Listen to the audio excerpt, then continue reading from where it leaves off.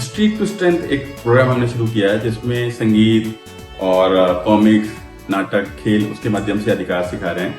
तो अभी हमने कार्यशाला आयोजित की हुई है जिसमें 16 बच्चों को चुना गया है और वो 16 बच्चे विभिन्न इंस्ट्रूमेंट बजाते हैं और ये पहली बार है, ऐसा उन्होंने पहले कोई इंस्ट्रूमेंट बजाया नहीं है, पहली बार वो बजाते हैं। संगीत से उनका प्रेम होता है, प्रेम से उसकी जो मिलन है वो होता है उस गाने से जो बाल अधिकार का है। उसके बाद जो उसका एक रूप आपके सामने आएगा जिसमें आप पाएंगे कि बच्चों को अगर अधिकार ना हो तो तरीके अलग अलग हो सकते हैं, लिखकर, पढ़कर।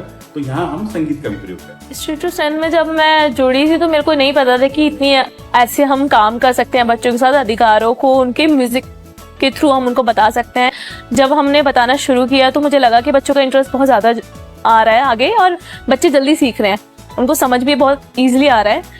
तो वो चीज़ अच्छी चल रही है। जिससे मैंने चाइल्ड राइट्स, चाइल्ड लेबर, ऐसे पॉक्सो, ऐसे हम गानों पर हम बच्चों के साथ बातें करते हैं, उनके इश्यूज़ को सुनते हैं और फिर उसके ऊपर गाने लिखना भी शुरू करा हमने, जिसमें फिर उनकी हेल्प भी लेते हैं और फिर उसके हम कंपोज करने के बाद उन तक पहुँचाते हैं वो गानों तक। छोटू और शेरा की शुरुआत एक कॉमिक के रूप में बच्चों को उनके अधिकारों और कानूनों को बड़े ही सरल और मज़ेदार ढंग से सिखाने के लिए की गई। इस पूरी प्रक्रिया का हिस्सा बनने, इसकी स्क्रिप्ट लिखने और इसके द्वारा बच्चों में आ रहे परिवर्तनों को देखने का मुझे सौभाग्य मिला है। ये एक इस तरह की कॉमिक है जो बच्चों के मानसिक पटल तक पहुंचती है और जो बड़े ही क्लिष्ट भाषा है कानूनों की या अधिकारों की, तो किस तरह से बच्चों को हम आसान भाषा में उनको सिखा सकें, उनके रोज़मर्रा के जीवन में वो इन अधिकारों और कानूनों को कैसे सीख कर इम्प्लीमेंट कर सकें, वो इन कॉमिक के माध्यम से सिखाने का हमारा प्रयास है। स्पोर्ट्स अपने आप में बहुत महत्वपूर्ण भूमिका अदा करता है और जैसे कि अभी हम स्ट्रीट टू स्ट्रेंथ में स्पोर्ट्स को अब बहुत तवज्जो दे रहे हैं। पीछे खो खो का ऑर्गेनाइज मैच चल रहा है, ये ट्रेनिंग का भाग है और टीम सीख रही हैं, रेजिलियंस सीख रही हैं, स्पोर्ट्स से डिसिप्लिन है और सबसे बड़ी बात है कि स्पोर्ट्स से अधिकार है।